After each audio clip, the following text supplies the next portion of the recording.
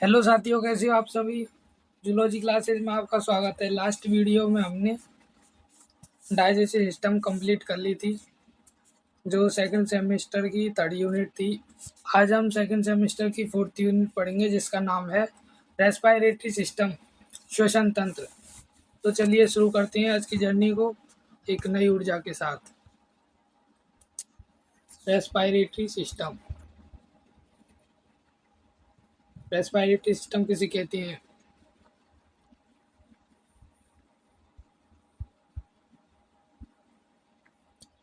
श्वसन की वह जैविक प्रक्रिया जिसके द्वारा जीव ऑक्सीजन ग्रहण करता है तथा कार्बन डाइऑक्साइड बाहर निकालता है, उसे रेस्पिरेटरी सिस्टम कहते हैं। श्वसन के दो मुख्य भाग होते हैं, बाह्य श्वसन और आंतरिक श्वसन। बाह्य श्वसन श्वसन अंगों एवं रक्त के बीच गैसों का आदान प्रदान होता है, और आंतरिक श्वसन रक्त एवं शरीर की कोशिकाओं के बीच गैसों का आदान प्रदान होता है। ब्रीथिंग यानी श्वास लेना और छोड़ना, और रेस्पिरेशन दोनों अलग अलग प्रक्रियाएं हैं। विभिन्न वर्टिब्रेट्स में श्वसन अंग,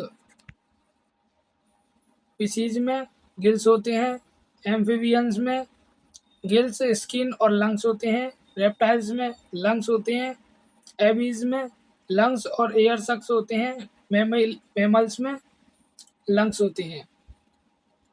गिल्स, गिल्स किसे कहते हैं?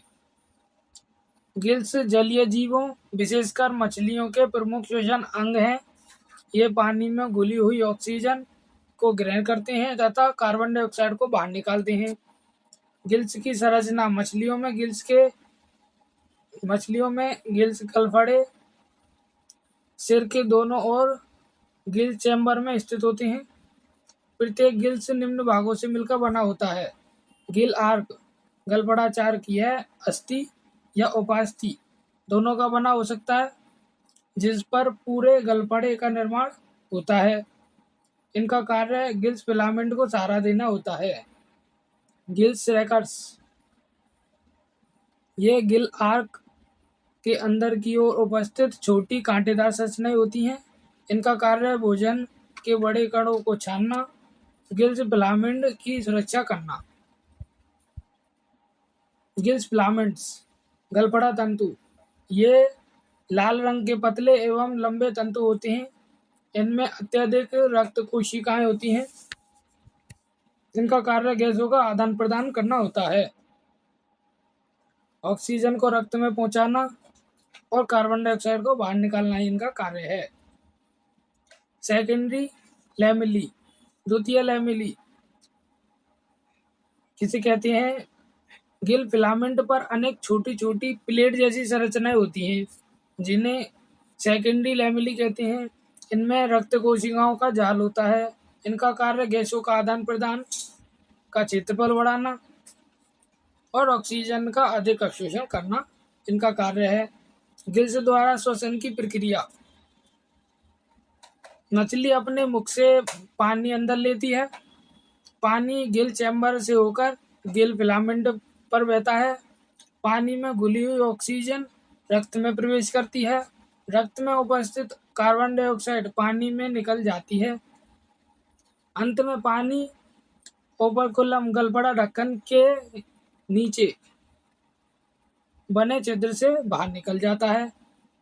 काउंटर करंट मैकेनिज्म, विपरीत धारा तंत्र, सीसीएम, ये क्या है? मछलियों में पानी का प्रवाह और रक्त का प्रवाह विपरीत दिशाओं में होता है। इसे काउंटर करंट मैकेनिज्म कहते हैं। ऑक्सीजन का अधिकतम अवशोषण होता है और श्वसन की दक्षता यानी एफिशिएंसी बढ़ जाती है।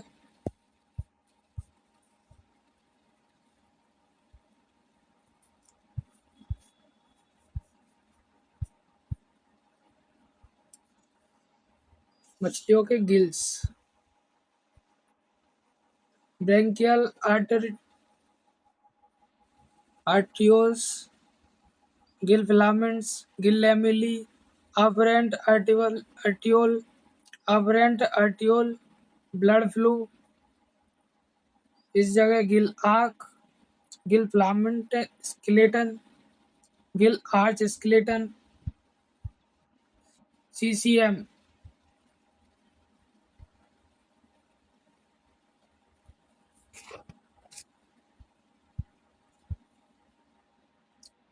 गिल्स के कार्य: पानी से ऑक्सीजन ग्रहण करना, ऑक्सीजन बाहर निकालना, गैसों का आदान प्रदान करना और शरीर को पर्याप्त ऑक्सीजन उपलब्ध कराना। यह गिल्स के कार्य हैं।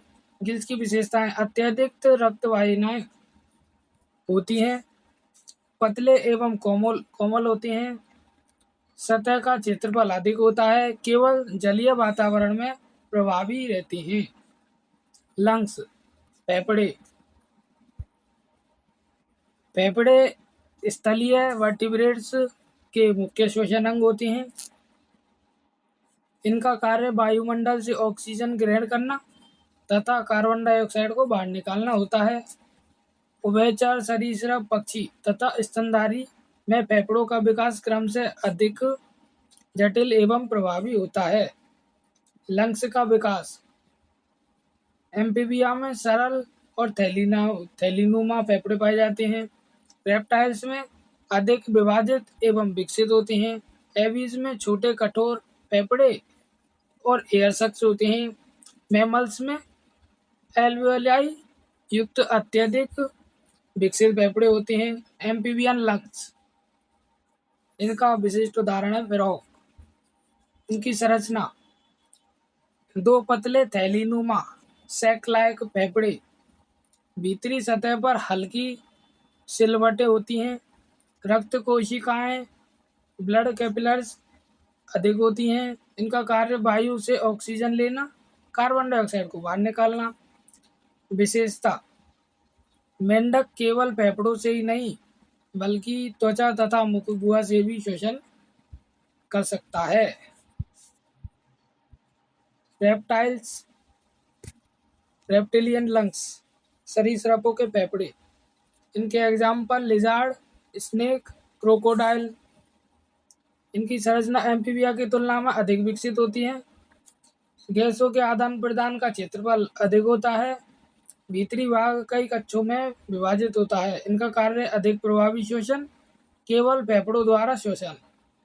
एवियन लंग्स, इनका एग्जाम्पल है कबूतर, पिजन। संरचना: फेफड़े छोटे, कठोर तथा स्पंजी होते हैं। फेफड़ों से एयर सक्स जुड़े रहते हैं। पैराब्रैंकाई नामक सूक्ष्म नलिकाएं होती हैं। विशेषताएं: पक्षियों में श्वसन सबसे अधिक प्रभावी है क्योंकि ताजी हवा लगातार फेफड़ों से गुजरती रहती है। मैमेलियन लंग्स, स्तनधारियों के फेफड़े। इनके एग्जाम्पल ह्यूमन। इनकी स्थिति: दोनों फेफड़े वक्ष गुहा में हृदय के दोनों ओर स्थित होते हैं। दायां फेफड़ा बाएं फेफड़े से बड़ा होता है। बाह्य संरचना: राइट लंग्स, इनमें 3 लोब्स यानी खंड पाए जाते हैं: superior lobe, middle lobe, inferior lobe. Left lung में 2 लोब्स पाए जाते हैं। हृदय के लिए कार्डियक नॉच उपस्थित होता है।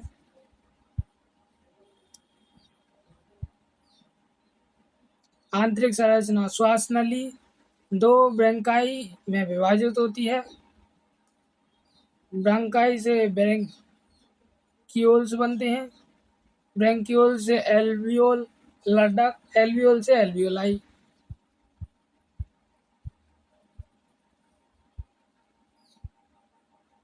स्ट्रक्चर ऑफ लंग्स: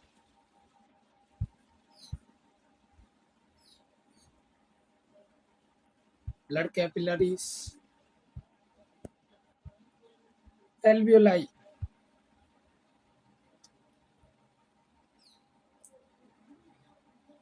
एल्वियोलाई फेफड़ों की सबसे छोटी वायु थैलियां होती हैं। इनकी दीवार अत्यंत पतली होती है तथा चारों ओर रक्त कोशिकाओं का जाल होता है। इनका कार्य गैसों का आदान प्रदान करना, ऑक्सीजन को रक्त में पहुंचाना, कार्बन डाइऑक्साइड को बाहर निकालना, श्वसन का क्षेत्रफल बढ़ाना। गैसों का आदान प्रदान, जब वायु एल्वियोलाई में पहुंचती है, एल्वियोलाई में ऑक्सीजन की मात्रा अधिक होती है, रक्त में कार्बन डाइऑक्साइड की मात्रा अधिक होती है। इस कारण ऑक्सीजन विसरण डिफ्यूजन द्वारा एल्वियोलाई से रक्त में चली जाती है। कार्बन डाइऑक्साइड से एल्वियोलाई में आकर बाहर निकल जाती है। श्वसन में haemoglobin, role of haemoglobin. Haemoglobin लाल रक्त कणिकाओं आरबीसीज में पाया जाता है। यह ऑक्सीजन से मिलकर ऑक्सी हीमोग्लोबिन बनाता है। Reaction haemoglobin plus oxygen oxy haemoglobin ऊतकों में पहुंचकर ऑक्सी हीमोग्लोबिन पुनः टूट जाता है और ऑक्सीजन सेल्स को मिल जाती है। मैमेलियन लंग्स की विशेषताएं, दो फेफड़े उपस्थित होती हैं, एल्वियोलाई अधिक विकसित होती है, गैसों का आदान प्रदान डिफ्यूजन द्वारा होता है, श्वसन की दक्षता अधिक होती है, डायफ्राम श्वसन में सहायता करता है।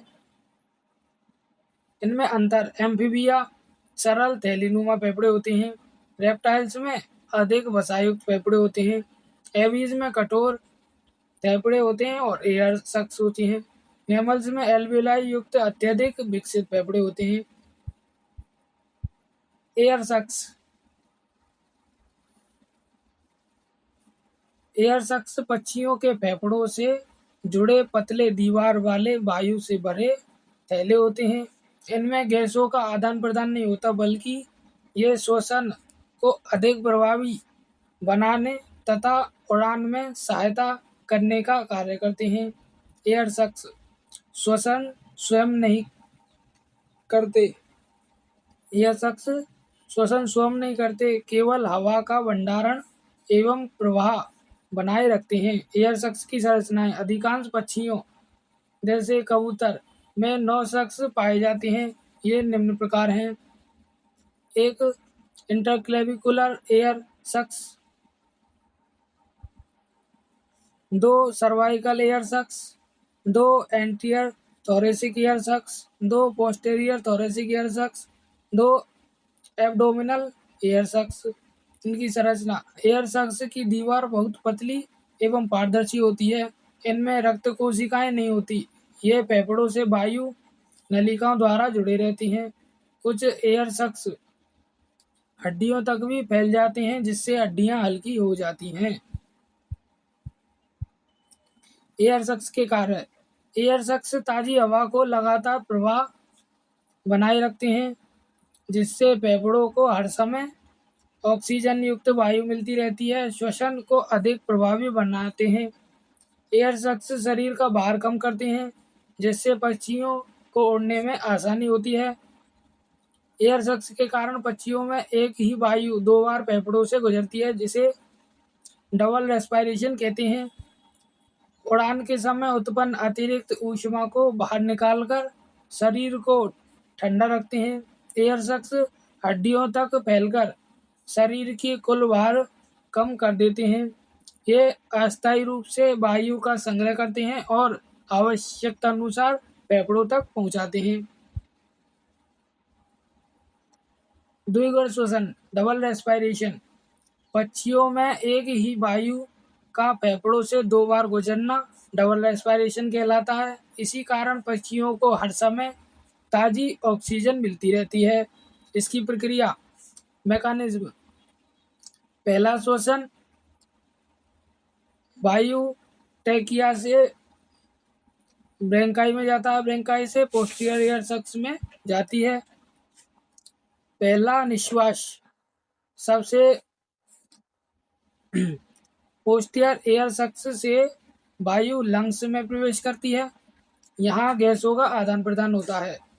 दूसरा श्वसन, प्रयुक्त वायु लंग्स से एंटीरियर एयर सक्स में पहुंचती है।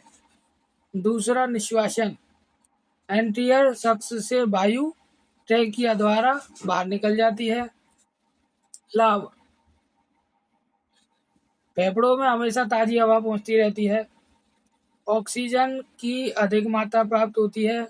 ऊंचाई पर उड़ान संभव होती है। श्वसन की दक्षता अधिक होती है।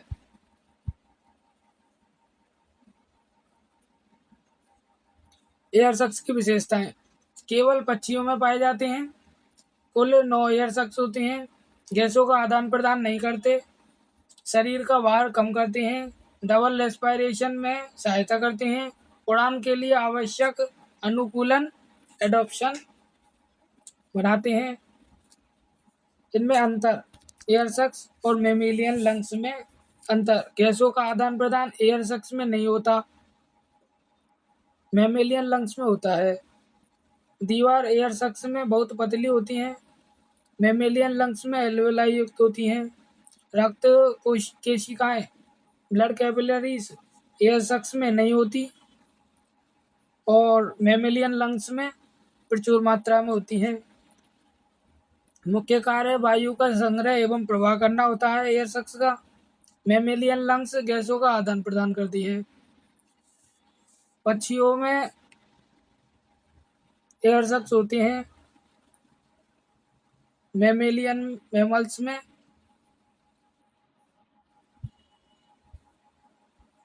लंग्स होते हैं। स्विम ब्लैडर वायु कोशिकाएं पक्षियों में पाया जाने वाला गैस से भरा हुआ एक थैलीनुमा अंग है। यह भोजन नली के ऊपरी भाग में स्थित रहता है। इसका मुख्य कार्य जल में उत्प्लावन बनाए रखना है, जिससे मछली बिना अधिक ऊर्जा खर्च किए जल में ऊपर नीचे रह जा सकती है। कुछ मछलियों में यह श्वसन, ध्वनि उत्पादन तथा ध्वनि ग्रहण में अधिक सहायता करता है। सभी मछलियों में स्विम ब्लैडर नहीं होते, विशेषकर कार्टिलेजिनस फिशेज में एग्जाम्पल शार्क और रे में यह अनुपस्थित होता है। इनकी स्थिति स्विम ब्लैडर भोजन नली एवं आमाशय के ऊपरी शरीर की पृष्ठीय और स्थित होता है। इनकी संरचना है यह पतली लेकिन मजबूत दीवार वाली गैस भरी थैली होती हैं। इसकी दीवार में रक्त वाहिकाएं ब्लड वेसल्स होती हैं। इसके अंदर मुख्यतः ऑक्सीजन, नाइट्रोजन, कार्बन डाइऑक्साइड जैसी गैसें होती हैं। कुछ मछलियों में यह एक कक्ष तथा कुछ में 2 कक्षों में विभाजित होती है। स्विम ब्लैडर के प्रकार फाइसोस्टोमा स्विम ब्लैडर इस प्रकार में स्विम ब्लैडर एक नलिका द्वारा भोजन नली से जुड़ी रहती है। मछली आवश्यकता अनुसार हवा निकलकर या बाहर निकालकर गैसों की मात्रा नियंत्रित करती है। इसके एग्जाम्पल कार्प, सैल्मन और ट्रॉट। फाइसोक्लस्टस स्विम ब्लैडर इस प्रकार में स्विम ब्लैडर का भोजन नली से कोई संबंध नहीं होता। गैसों का आदान प्रदान केवल रक्त द्वारा होता है, जिसमें गैस ग्लैंड तथा ओवल बॉडी गैस का नियंत्रण कार्य करती हैं। इनका एग्जाम्पल पर्च और कॉड। स्विम ब्लैडर के कार्य उत्प्लावन, बायंसी मछलियों को जल में ऊपर नीचे संतुलन रखने में सहायता करती हैं। यदि स्विम ब्लैडर में गैस बढ़ती है तो मछली ऊपर उठती है। यदि गैस कम होती है तो मछली नीचे आ जाती है। ऊर्जा की बचत मछली को लगातार तैरने की आवश्यकता नहीं पड़ती, जिससे ऊर्जा की बचत होती है। श्वसन कुछ आदिम अस्थिमय मछलियों में स्विम ब्लैडर सहायक श्वसन अंग का कार्य भी करते हैं। इनका एग्जाम्पल लंगफिश। ध्वनि उत्पादन, साउंड प्रोडक्शन कुछ मछलियों में स्विम ब्लैडर की सहायता से ध्वनि उत्पादन करती हैं। ध्वनि ग्रहण, हियरिंग कुछ मछलियों में स्विम ब्लैडर ध्वनि तरंगों को बढ़ाकर कानों तक पहुंचाने में सहायता करती हैं। गैस ग्लैंड्स, गैस ग्रंथि, गैस ग्लैंड स्विम ब्लैडर में गैस बढ़ने का कार्य करती हैं। यह रक्त से गैसों को निकालकर स्विम ब्लैडर में भेजती हैं। ओवल बॉडी, ओवल बॉडी अतिरिक्त गैस को वापस रक्त में भेजने का कार्य करती है। इस प्रकार स्विम ब्लैडर में गैस की मात्रा नियंत्रित रहती है। स्विम ब्लैडर का महत्व, जल में संतुलन बनाए रखती है, भोजन की बचत करती है। स्विम ब्लैडर कुछ मछलियों में श्वसन में सहायता करती है, ध्वनि उत्पादन एवं श्रवण में सहायक होती हैं, गहराई बदलने में सहायता करती हैं। फाइकोस्टोमस और फाइकोक्लिस्टस में अंतर, ईज़ोफेगस में फाइकोस्टोमस नहीं होती, फाइकोक्लिस्टस होती है। न्यूमेटिक डक्ट फाइकोस्टोमस में होती है और फाइकोक्लिस्टस में नहीं होती। गैस का नियंत्रण, फाइकोस्टोमस में हवा निकल कर गैस नियंत्रित करती हैं, फाइकोक्लिस्टस में रक्त द्वारा गैस नियंत्रित करती हैं। इनका उदाहरण है कार्ब सैल्मन और पर्चगोड।